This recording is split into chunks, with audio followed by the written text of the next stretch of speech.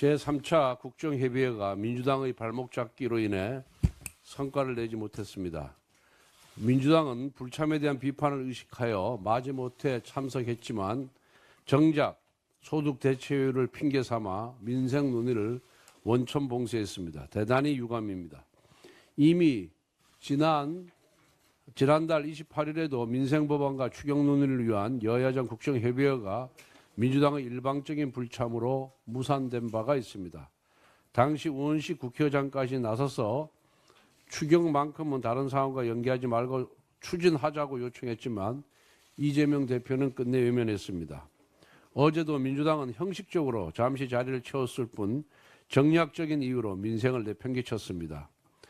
내전 공포 분위기 조성을 위해서는 밤샘 농성과 장애 집회를 서슴지 않으면서 국정협의회에 겨우 30분만을 할애했을 뿐입니다. 13일 처리를 예고한 법안들을 봐도 위헌적인 특검법들만 있을 뿐 민생 법안은 하나도 없습니다. 잘 사는 집, 민생, 경제를 외치던 이재명 대표의 진심이 어디에 있는지 스스로 드러난 것입니다. 지금 국민들은 정말 하루하루가 힘든 상황입니다. 올해 폐업자 수가 100만 명을 넘어설 것이라는 전망이 나옵니다. 매일 2,700개 이상의 사업장, 매시간 110개가 넘는 점포들이 문을 닫는 셈입니다. 2차 국정협의회가 지연된 6일 동안에도 수많은 소상공인들이 가게 문을 닫으며 삶의 터전을 잃었을 뿐입니다. 민주당은 더 이상 이 절망을 외면하지 않길 바랍니다. 어제 국정협의회에서 우리 당은 민주당이 요구하는 대로 향후 추경을 어떻게 진행할 것인지에 대해서 소상하게 우리 당의 입장을 밝히고 함께 논의를 해 나가자고 그랬습니다. 그리고 거기에 정부 대표인 최상목 권한대행에 대해서 인정을 안 하니까 그러면은 2차 간을 참석시켜서 실무협의회를 개최하자고까지 저희들이 합의를 해줬습니다.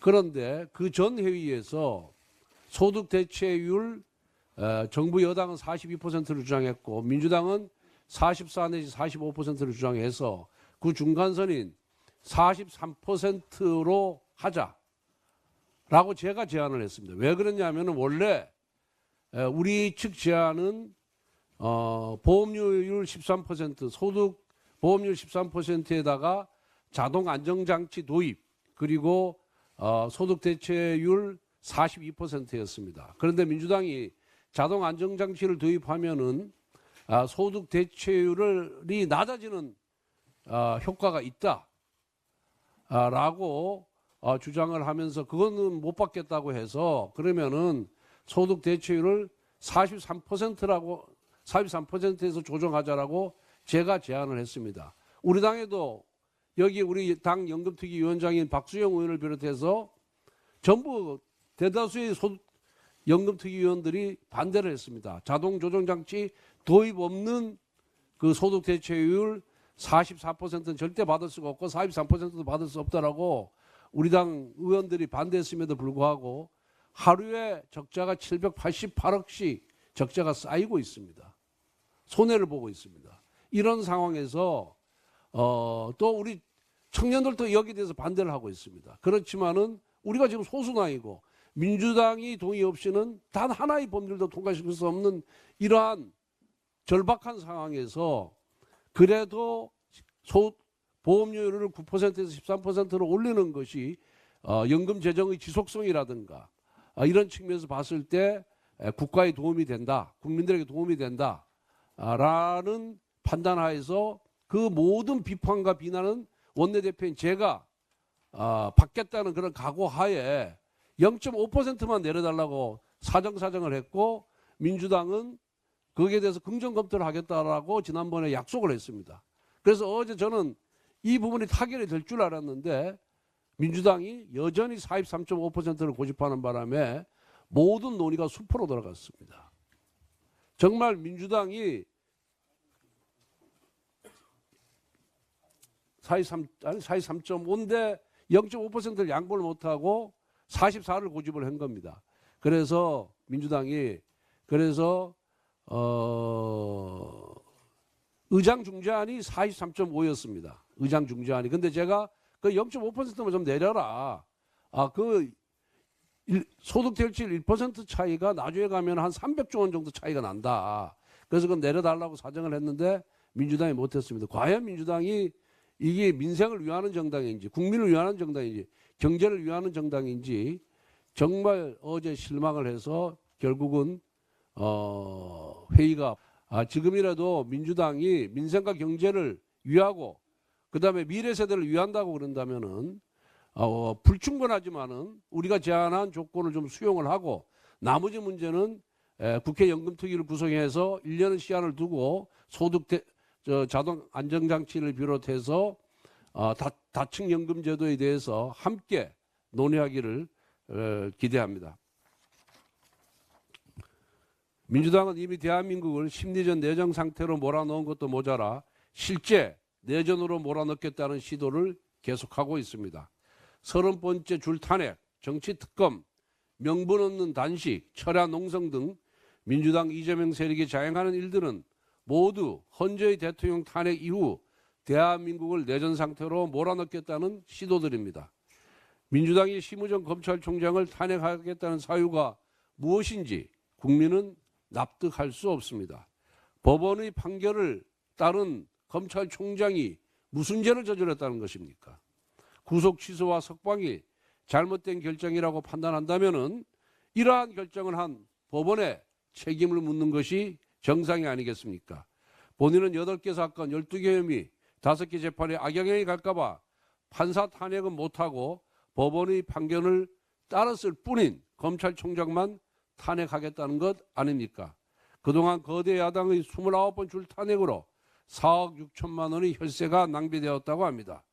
고위공직자 직무의 정지에 따른 혼란으로 인해 우리 사회가 치른 경제적 비용은 그보다 훨씬 더 큰 조 단위일 것입니다. 내전이냐 안정이냐 지금 대한민국은 선택의 기로에 서 있습니다.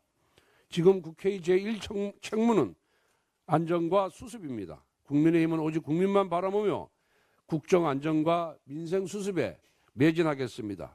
이재명 세력 역시 내전 조장을 위한 30번째 줄 탄핵과 명분 없는 단식이 아닌 국민을 위한 길로 돌아올 것을 강력히 촉구합니다.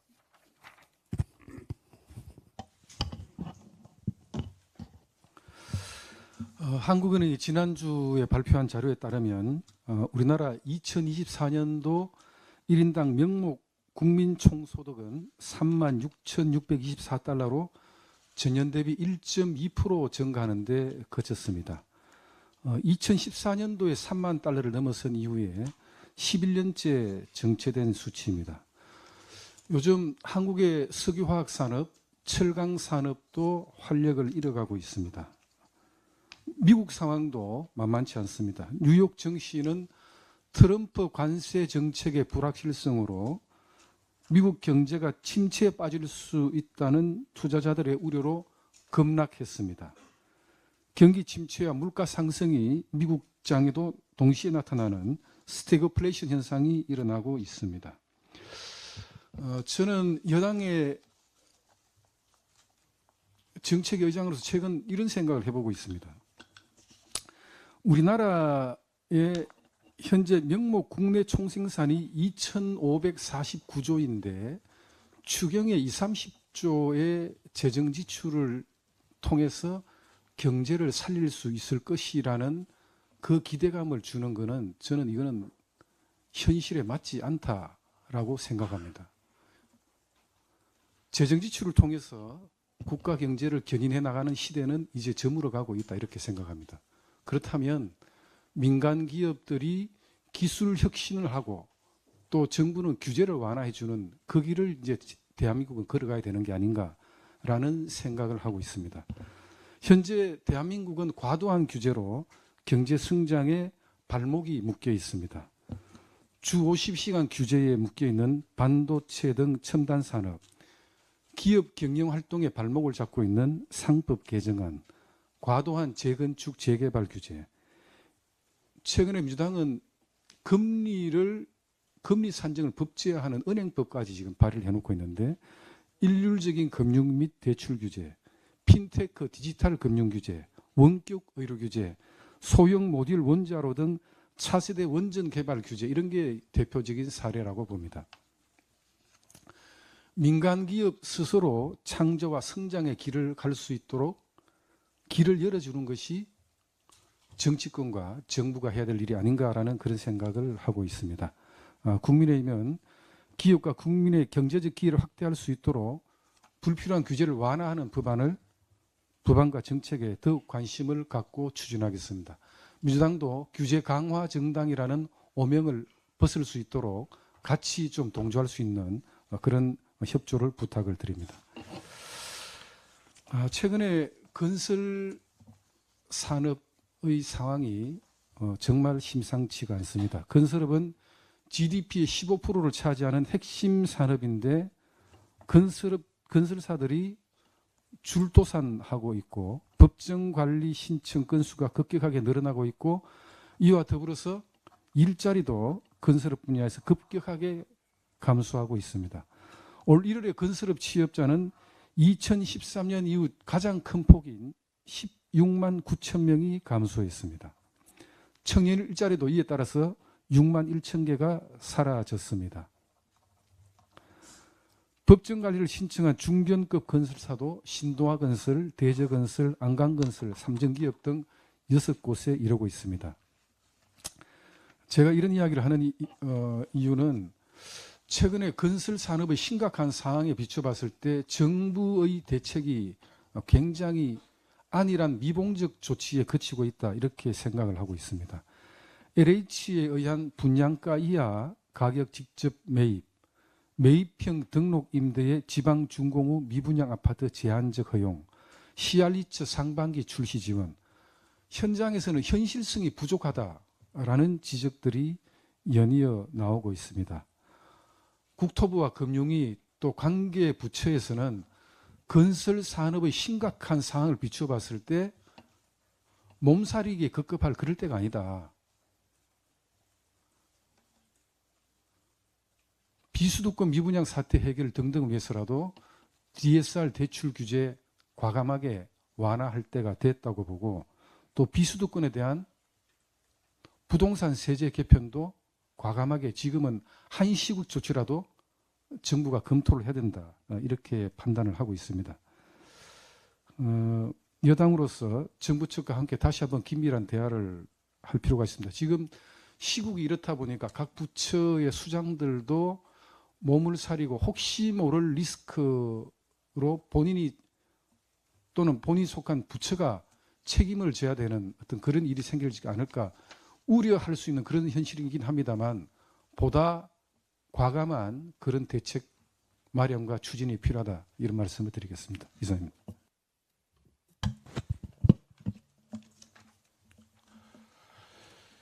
이재명 대표와 민주당이 또다시 음모론을 내세우며 괴담 정치에 나서고 있습니다. 윤 대통령 석방이 결정되자 검찰을 향해 내란 수교의 졸개라는 망언을 서슴지 않고 있습니다. 그런데 정작 구속 취소 결정을 내린 법원에 대해서는 이런 방구조차 하지 않습니다. 이재명 대표의 공직선거법 위반 항소심 선고를 앞두고 법원의 눈치를 보고 있습니다. 법원은 적법 절차에 따른 법리적 판단으로 구속 취소를 결정했습니다. 검찰 역시 법에 따라 즉시 항고를 하지 않았습니다. 이를 두고 검찰이 내란 행위에 동조했다고 하는 것은 근거 없는 음모론입니다. 법원에서 뺨 맞고 검찰에 화풀이하는 격입니다. 민주당은 검찰 비판에 앞서 29차례나 무분별한 탄핵으로 국론을 분열시키고 국정을 마비시킨 행태에 대해서 사과부터 하는 것이 순리입니다. 그리고 정치적 이해에 따라 선택적으로 법치를 주장하는 이중적 행태에서 벗어나야 합니다. 아울러 법원에 요청합니다. 2천만 원이 넘는 과일값 등 경기도 예산 1억여 원을 이재명 대표가 사적으로 유용한 사건에 대한 재판을 빨리 진행해 주십시오. 그리고 작년 이 대표 측의 법관 기피 신청 기각 이후 중단된 쌍방울 불법 대북 송금 사건의 조속한 재개를 촉구합니다. 나누는 문제보다 만들어가는 게 중요하다. 이재명 대표가 올 1월 진행된 신년 기자회견에서 기본소득 정책 재검토를 언급하며 한 말입니다. 그런데 불과 2주 뒤 국회 연설에서는 기본사회를 위한 회복과 성장위원회를 설치하겠다고 말을 바꿨습니다. 내일 이재명 대표 산하 직속기구로 기본사회위원회를 출범시킨다고 합니다. 이재명 대표가 줄곧 주장해오고 있는 기본사회, 기본소득 정책은 이미 해외 여러 나라에서 실패한 정책으로 평가받고 있습니다. 기본소득이 근로자의 근로 의욕과 고용 가능성을 모두 낮추는 것으로 드러났기 때문입니다. 무작정 현금을 지급하는 방식이 국민 삶에 긍정적인 영향을 주기 어렵다는 명백한 증거입니다. 다른 나라에서 이미 실패한 정책을 굳이 추진하겠다는 이유가 무엇입니까? 실패로 귀결된 정책을 끝까지 고집하며 무리하게 추진하는 것은 아집과 오기일 뿐입니다. 이재명 대표는 지금이라도 정책 실패가 뻔한 기본사회 정책을 전면 철회하길 바랍니다. 민주당 등 야당이 심우정 검찰총장을 공수처에 고발하면서 심 총장이 자리에서 물러나지 않는다라면은 30번째 탄핵을 추진하겠다고 협박했습니다. 민주당은 고발 및 탄핵 추진 사유로 심 총장이 윤석열 대통령에 대한 구속 취소 결정과 관련해 즉시 항고 절차도 밟지 않고 석방을 지휘하는 등 내란에 동조했기 때문이라고 주장했습니다. 심지어 이재명 대표는 검찰이 해괴한 잔꾀로 내란 수괴를 석방해줬다면서 마치 검찰이 의도적으로 구속기간을 도과시킨 후 기소한 것처럼 비난했습니다. 검찰의 잔꾀라고 하려면은 그동안 법원이 오랜 관행으로 일 단위로 계산해오던 구속기간 불산입 기준을 시간 단위로 계산하리라는 것을 검찰이 미리 예견하고 있었어야 합니다. 이것이 가당키나 하는 소리입니까? 검찰이 무슨 재주로 어떤 재판부에 배당될지도 모르는 기소 단계에서 장래의 사건을 배당받을 판사의 마음을 미리 꿰뚫어보고 기소를 한단 말입니까? 아무리 정치적인 비난이라고 하더라도 최소한의 근거나 합리성은 갖춰야 한다라고 생각합니다. 검찰의 즉시 항고권 포기에 대한 비난도 마찬가지입니다. 과거 헌법재판소는 법원의 구속 집행정지 결정에 대한 검사의 즉시 항고와 보석 허가 결정에 대한 즉시 항고에 대해 위헌으로 결정한 바 있어 구속 취소 결정에 대한 즉시 항고 역시 위헌으로 기결되리라는 것은 법조인이라면 누구나 알 수 있는 상식입니다. 이렇게 위헌임이 뻔한 즉시 항고권을 행사하여 피고인을 석방하지 않는다면 검찰은 인권보호기관으로서의 직무를 포기하는 것이고 오히려 불법 감금 등의 형사 책임도 문제될 수 있습니다. 따라서 검찰이 헌법재판소의 위헌 결정 취지에 맞게 즉시 항고를 포기하고 대통령에 대한 석방을 결정한 것은 법리에 충실한 타당한 결정입니다. 또한 즉시 항고가 가능하도록 규정된 경우에는 보통 항고를 할 수 없다라고 보는 것이 통상적인 견해이기 때문에 검찰은 보통 항고 역시 제기하지 않고 본안 재판에서 이 부분을 다투기로 한 것입니다. 여기에 무슨 장꾀가 있고 불법이 있습니까? 그런데 왜 이재명 대표와 민주당은 구속기간 불산입 기준을 1단위에서 갑자기 시간 단위로 계산한 법원에 대해서는 한마디도 못하는 것인지 모르겠습니다. 갑자기 이재명 대표와 민주당이 사법부의 권위를 존중해야겠다는 경외감이라도 생긴 것입니까? 아니면 이재명 대표의 명줄을 쥐고 있는 법원의 심기를 거스르지 않겠다는 것입니까? 그 대답은 이재명 대표도 알고 국민도 모두 알고 있습니다. 갑자기 법원에 대한 경외감이 생긴 것이든 법원의 심기를 거스르지 않겠다는 것이든 상관하지 않겠습니다만 애꿎은 검찰만 때리는 것은 너무 비겁하지 않습니까? 사실 이 모든 사태의 근원은 공수처라는 사실을 다시 한번 지적하지 않을 수 없습니다. 공수처는 내란죄에 대한 수사 권한도 없는 상태에서 작년 12월 8일과 13일 당초 경찰과 검찰이 각각 수사 중이던 윤 대통령 사건에 대한 이첩을 요구했습니다. 민주당이 만든 공수처법상에 이첩 요청권에 기한 것입니다. 이에 경찰은 12월 16일 대통령 사건을 공수처에 이첩했고 검찰 또한 12월 18일 공수처에 사건을 이첩했습니다. 이후 공수처는 주지하다시피 영장 쇼핑, 무리한 체포영장 집행 등 보여주기식 쇼와 무리수를 남발하는 바람에 수사 과정의 적법성이 문제되어 결국 법원이 구속 취소 결정을 하게 된 것입니다. 민주당은 애꿎은 검찰 때리기와 30번째 탄핵 추진 대신 공수처를 탄생시킨 원죄부터 겸허한 마음으로 돌아보기 바랍니다.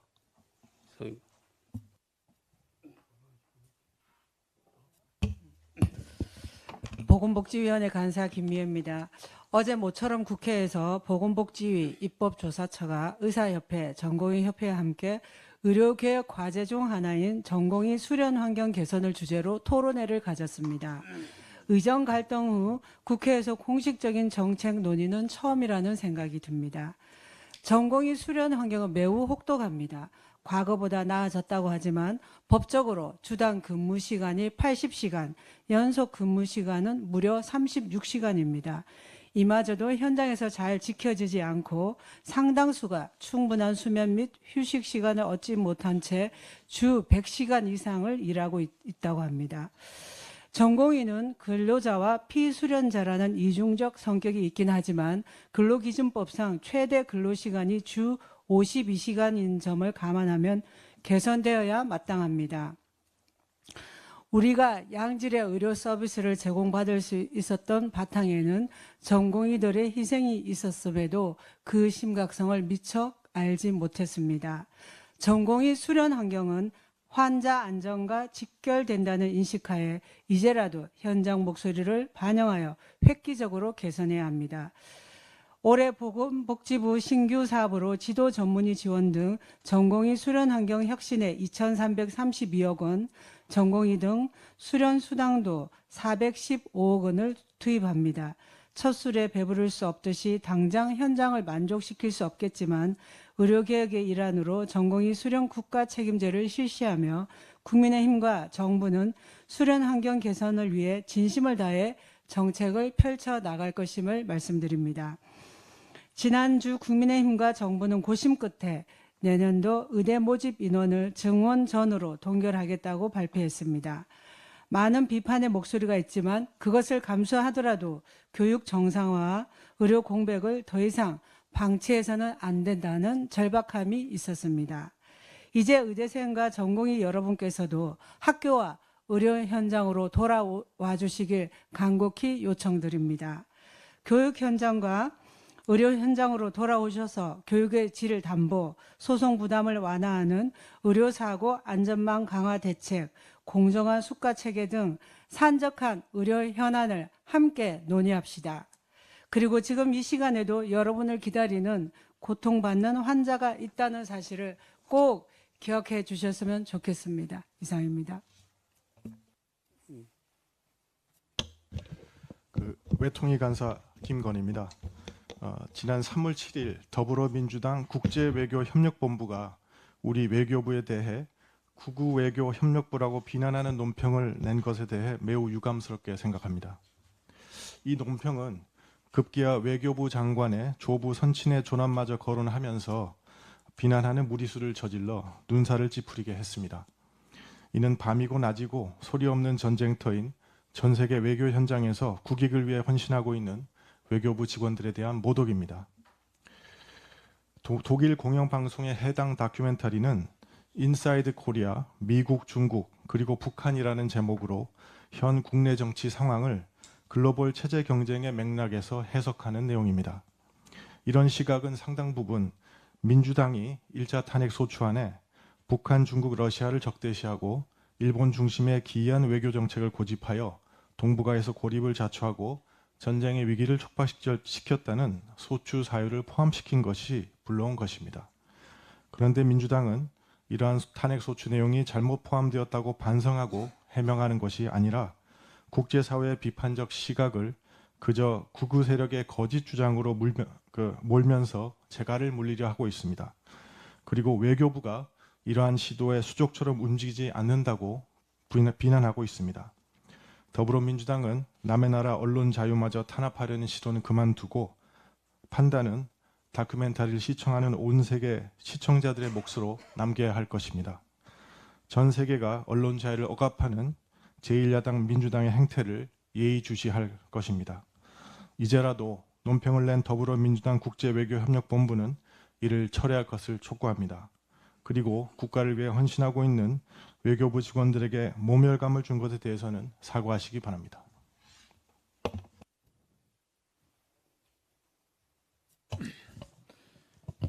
기재위 간사 박수영입니다.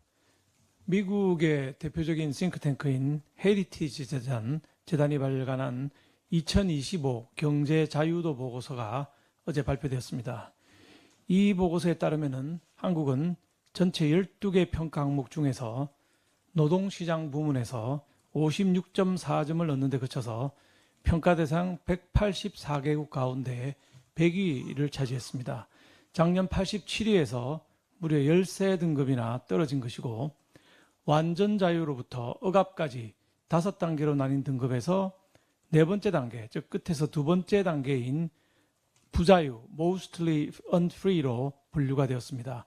한국 경제 전체로는 종합순위 17위인데 노동시장 후진성이 한국 경제의 평균을 깎아먹고 있는 것입니다. 잘 아시듯이 우리나라 노동시장의 문제는 노동시장 및 근로시장의 유연성제고 성과 중심의 임금체계 개편, 노동시장 이중구조 해소 등 과제가 비교적 명확합니다마는 그 어느 하나도 제대로 추진되지 못하고 있기 때문에 처참한 점수를 받은 것입니다. 다시 한번 이재명 대표에게 촉구합니다. 노동시장의 숙제를 전부 해결하지는 못하더라도 반도체 특별법에 주 52시간 근로 예외 규정을 포함시키는 것부터라도 시작했으면 좋겠습니다. 글로벌 기업과의 경쟁으로 속도가 생명인 반도체 업종에서 R&D 직군의 고연봉자만 대상으로 노사 합의라는 조건을 걸고 필요할 때 몰아서 일할 수 없다면 어떻게 전면적인 노동개혁이 우리나라에서 가능하겠습니까? 어제 리얼미터 여론조사도 나왔습니다. 반도체 산업 주 52시간 근무제 예외 허용을 찬성하는 의견이 58%로 반대 의견 27%보다 2배 이상 많았고 심지어 더불어민주당 지지층에서도 절반이 찬성을 했습니다. 더불어민주당이 민노총의 청부입법 정당이라는 지위만 버리면 되고 이재명 대표가 나라 전체를 볼 수만 있으면 되는 것입니다. 이상입니다. 법사위 간사 유상범입니다. 지난 7일 서울중앙지법은 공수처가 윤석열 대통령 내란죄 수사를 권한 없이 하였다고 사실상 인정하여 구속 취소 청구를 인용하였습니다. 그 결정은 대통령에 대한 형사재판은 물론 헌법재판소 탄핵 심판에도 크나큰 경종을 울리는 결정이었습니다. 지금의 헌법재판소 역시 졸속 탄핵 심판을 위해 벌인 적법 절차 위반과 불공정 논란으로 많은 헌법학자의 공개적 비판과 임계치를 넘은 국민적 불신에 직면해 있습니다. 먼저 대통령 탄핵 속초의 핵심 사유였던 내란죄의 일방적 철회는 소추 사실의 동일성을 중대하게 훼손하는 사안이므로 국회의 재의결을 거치지 않는 한 원천무효로 마땅히 탄핵 심판은 각하되어야 됩니다. 둘째, 헌재가 재판, 소추 또는 범죄 수사가 진행 중인 사건의 기록에 대하여는 송부를 요구할 수 없다는 헌재법 제32조 단서 조항에도 불구하고 자체 심판 규칙을 핑계로 국회 측의 수사서류 송부 촉탁을 수용한 것 역시 명백한 헌법재판소법 위반입니다.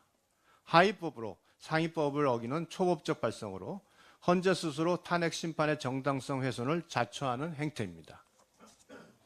셋째, 탄핵 심판 절차는 형사소송법을 준용하며 2020년 개정된 형사법은 피고인 동의 없는 신문 조서를 재판 증거로 사용할 수 없습니다.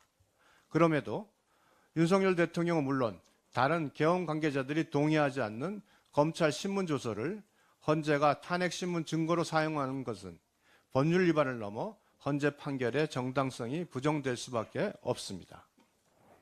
게다가 대통령보다 먼저 변론 종결된 한덕수 대통령 권한대행에 대한 탄핵 심판 선고가 아무런 이유 없이 지연되고 있습니다. 이에 한 총리를 대통령보다 먼저 선고하며 기각할 경우 최상목 권한대행이 임명한 2명의 헌법재판관 임명이 무효가 되고 대통령 탄핵 심판에 자격 없는 재판관들이 참여했다는 주장이 제기될 것이 두려워 대통령과 같이 선고하기 위해 무한정 선고를 미루고 있다는 의혹까지 강하게 제기되고 있습니다.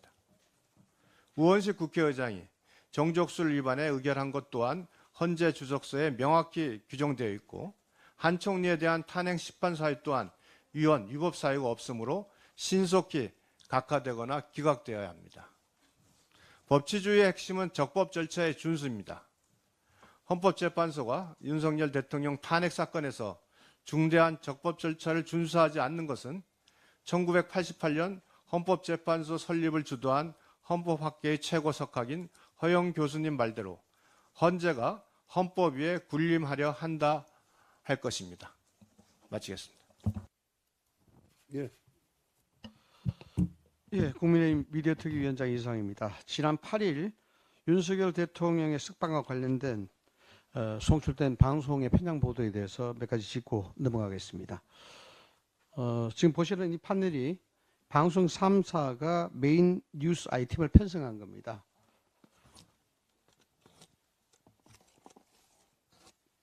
MBC, KBS, SBS 방송 주요 3사의 멘트인데 서너 가지만 소개를 해드리겠습니다. MBC의 아이템 중에서 11건 정도가 망라가 됐는데 주먹 불끈한 윤, 내란 우두머리 개선 장군, 분노한 시민들 거리로, 이 나라 상식은 어디에, 천신만고 끝에 체포한 윤, 석방은 매듭없이. KBS와 SBS의 아이템 중에서 뭐 한두 가지만 소개해 드리자면은 국정 중심 잘 잡아달라, 이 시간 대통령실, 금 가혹한 심판 각오해야 당연한 결정 등등으로 객관적인 아이템 분류를 했습니다. 그냥 이렇게 들고만 보더라도 MBC, KBS, SBS의 3사의 메인 뉴스 아이템이 MBC 쪽에 얼마나 편향된 것인지 바로 짐작할 수가 있습니다. 다음은 MBC 인트로 멘트입니다. 오프닝, 메인 뉴스 오프닝 멘트입니다. 제가 읽어드리겠습니다. MBC와 KBS와 SBS입니다.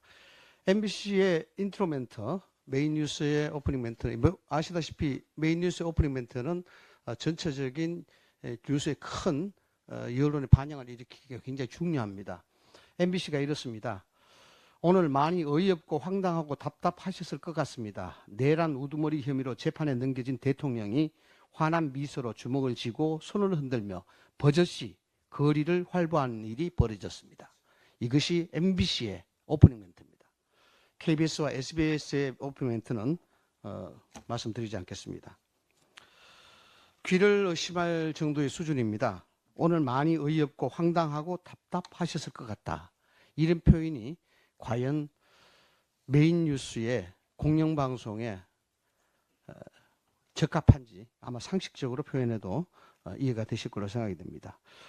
이것이 언론으로 보실지 아니면은 특정 기관의 방송을 봐야 될지 언론인을 아마 포기하는 것이 MBC가 아닌가 생각이 들고요. 시청자에게 분풀이하고 하소연하고 싶은 것이 아닌가라는 생각이 듭니다. 이러니까 시중에서는 MBC가 아니라 민노총의 민BC, 민주당의 민BC, 좌파의 좌BC라고 이야기하는 겁니다. MBC는 주요 정치 현안을 보도하는 과정에서 국민의힘과 대통령실의 불리한 보도를 집중적으로 내보내고 있습니다. 반면 민주당에 대한 비판적 보도는 축소, 보도하는 경향을 명백히 보이고 있습니다. 이러한 보도 태도는 국민의 알 권리를 침해하는 것과 다름없습니다. MBC는 사실을 왜곡하거나 과장하여 국민을 호도하는 사례를 반복하고 있습니다. 이는 분명히 언론 윤리에 위배되는 것입니다. 윤석열 대통령의 석방마저도 마치 무슨 기회라도 잡은 듯이 국민을 흔들리는 차원에서 접근하는 MBC의 준동에 우려를 표합니다. 그 옛날 만나면 좋은 친구였던 MBC가 이제는 특정 세력에만 좋은 친구로 전락한 듯해서 매우 안타깝습니다. MBC가 하루빨리 공영방송에 제 모습을 되찾길 많은 사람들이 기원하고 있다는 거 유념하시기 바라겠습니다.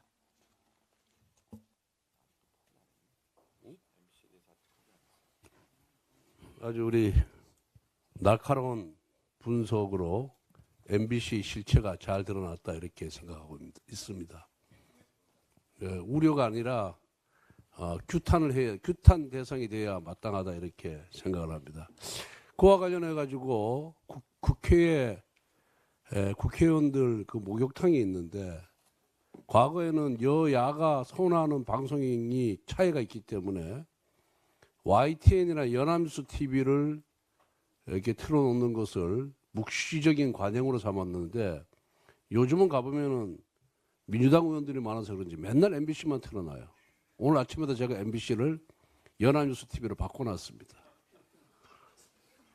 왜 편향적인 방송을 좋아하는지 이해할 수가 없습니다. 이상입니다.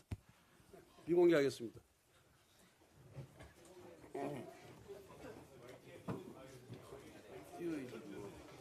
내일은 내가 YTN 해놓게. 대표님도 바꾸시는구나. 저도 바꿉니다.